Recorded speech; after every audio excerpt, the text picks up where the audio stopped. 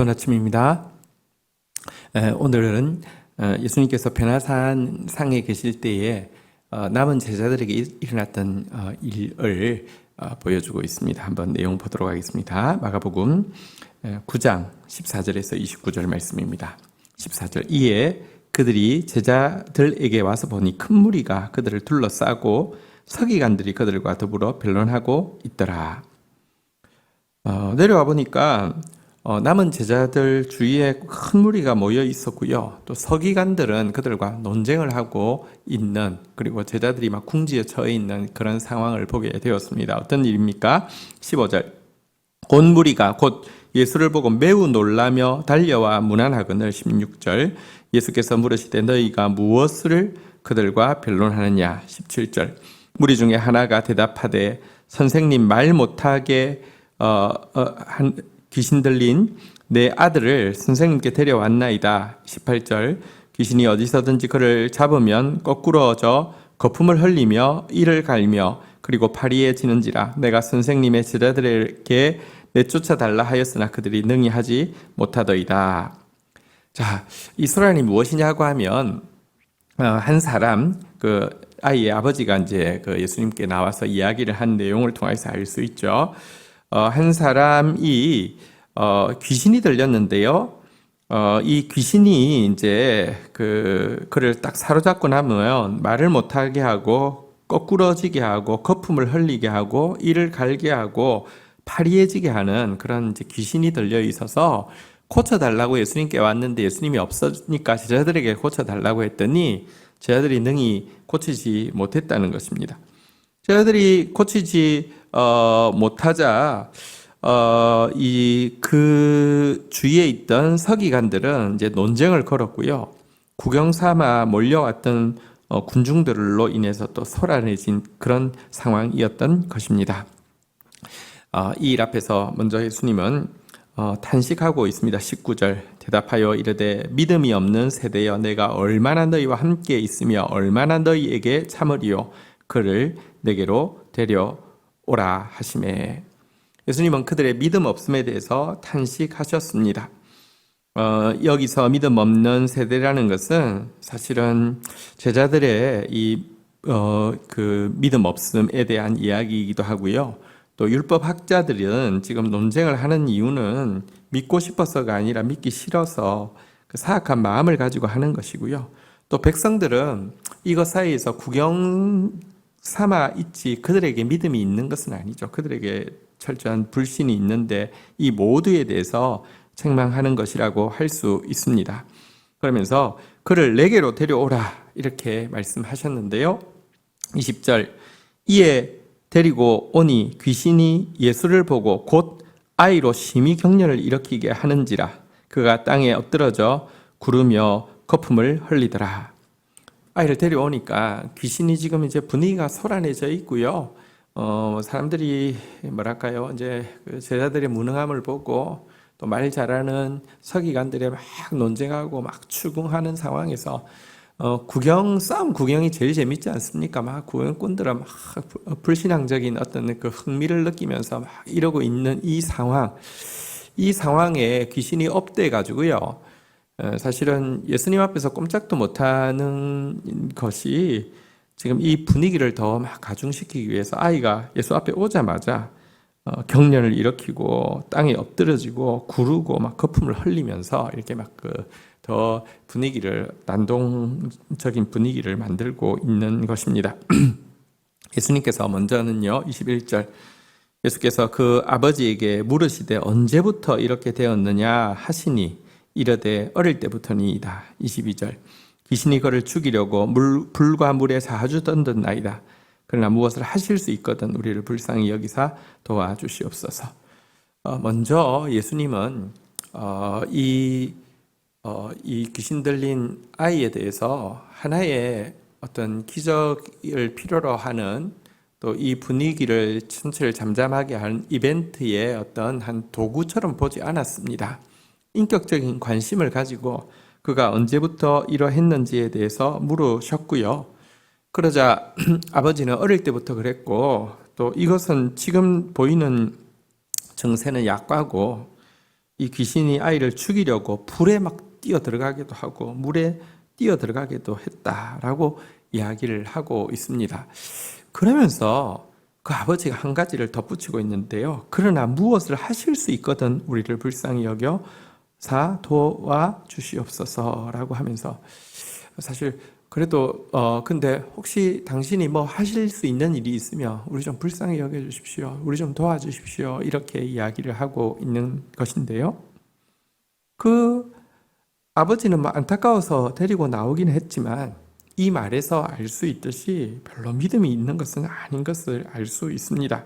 또 제자들의 모습을 보면서 소문이 그래서 그렇지 뭐 별거 없어 하는 또 낙심이 되어 있음도 보게 됩니다.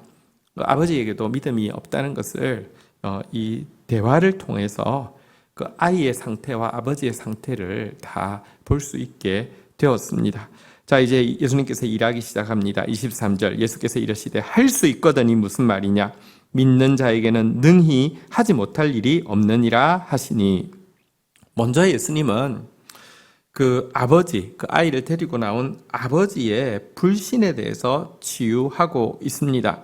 할 수 있거든이 무슨 말이냐라고 이야기하면서, 뭘 할 수 있는 일 있으면 우리 좀 도와주십시오 그랬는데, 할 수 있거든이 무슨 말이냐라고 하면서 믿는 자에게 능치 못한 일이 없느니라라고 그 아버지의 불신앙에 대해서 꾸짖으시고 그의 불신앙을 먼저 치유하고 있습니다.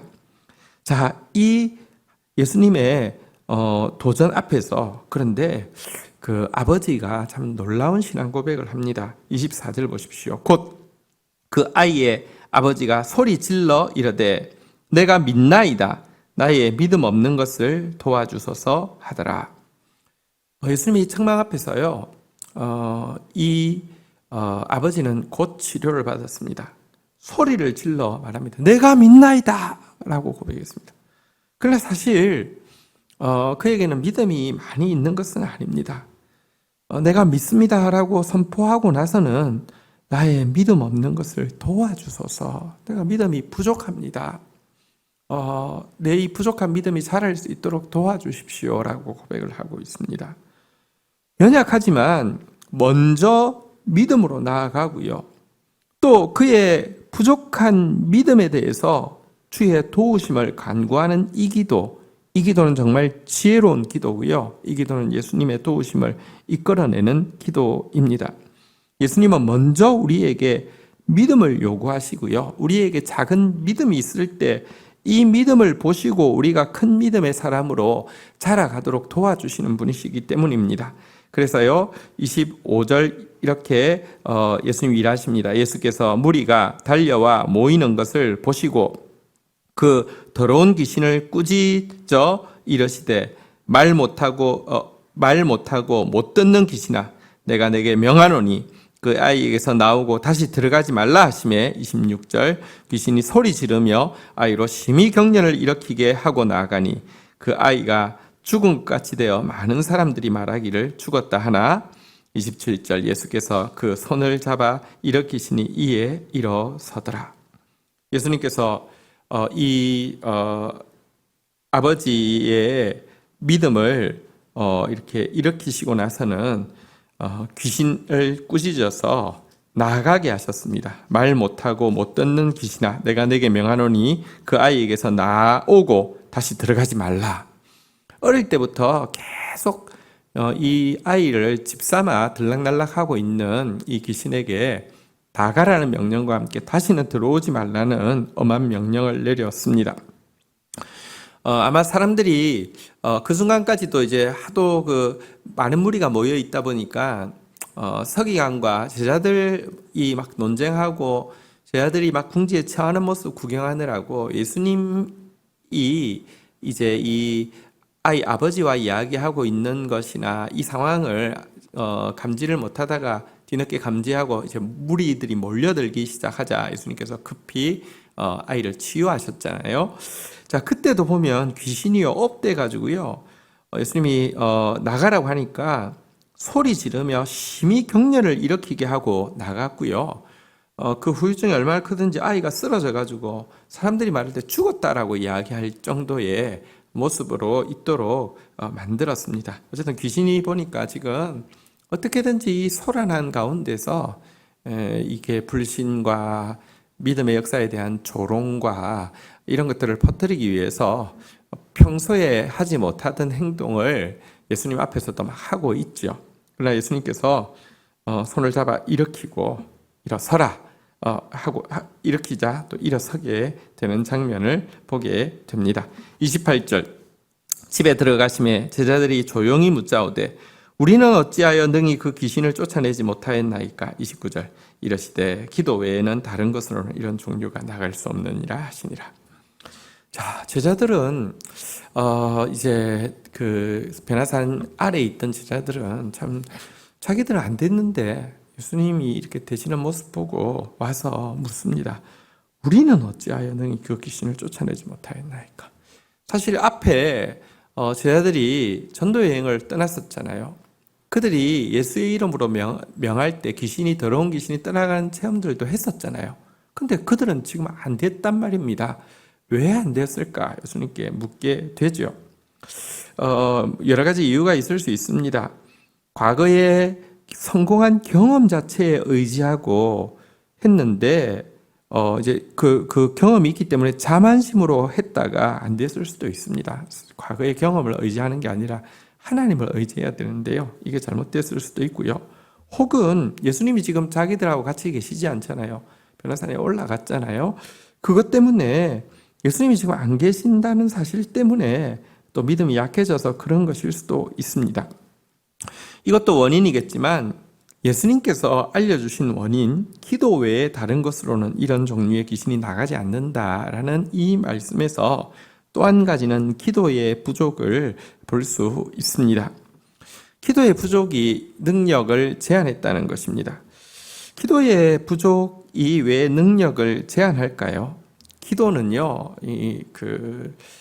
사실은 하나님을 끊임없이 의지하고 하나님 앞에 끊임없이 마음을 드리기 위하여서 자기를 부인하는 것을 기도라고 합니다. 여러분, 기도한다는 것은 사실은 내가 하는 것을 내려놓는다는 것이고요. 내 계획도 내려놓는다는 것이고요. 내 생각도 내려놓는다는 것이죠. 기도는 철저히 하나님을 의지하고 하나님을 바라보고 하나님께 주목하는 것입니다. 이와 같은 기도가 없었기 때문에 너희는 능히 하지 못하였다 이렇게 이야기하고 있습니다. 영적 능력은 능력의 근원 대신 하나님과의 친밀한 관계, 지속적인 관계를 통해서만 나타난다는 것입니다.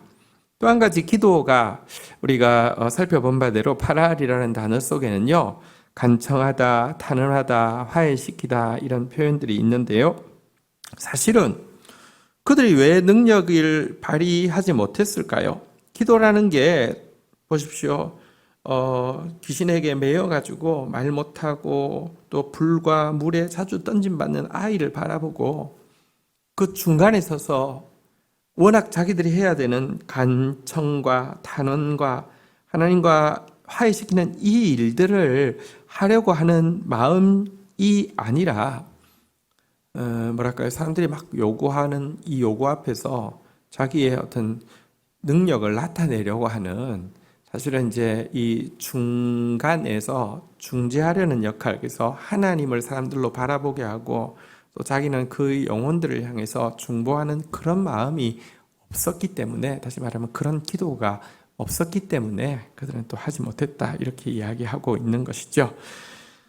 하나님과의 친밀하고도 지속적인 관계, 그리고 우리가 품고 섬겨야 될 영혼들을 향해서 탄원하고 중재하고 그리고 화해시키려는 그런 마음들, 이 마음이 있어야지 주님이 일하실 수 있다는 것을 오늘 본문은 잘 보여주고 있습니다. 주신 말씀 붙잡고 기도하며 나가도록 하겠습니다. 하나님 감사합니다. 오늘 제자들의 그 불신앙과 또 바리새인들의 불신앙과 무리들의 불신앙과 또 아비의 불신앙을 보게 됩니다.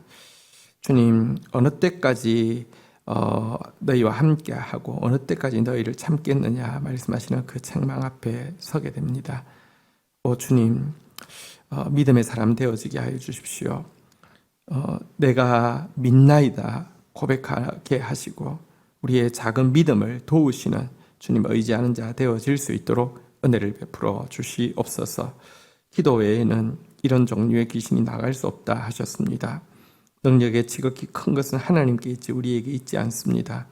친밀하고도 지속적으로 하나님 의지하고 하나님과 하나님 바라보는 하나님과의 관계가 신실하게 하여 주시고 또 특별히 우리가 품고 섬겨야 될 영혼들을 향해서 탄원하고 중재하고 화해시키려고 하는 그런 사랑의 마음도 가득하게 하여 주셔서 기도로 품는 영역마다 생명이 나타나며 하나님께 영광이 되게 하여 주옵소서. 예수님의 이름으로 기도 올립니다. 아멘.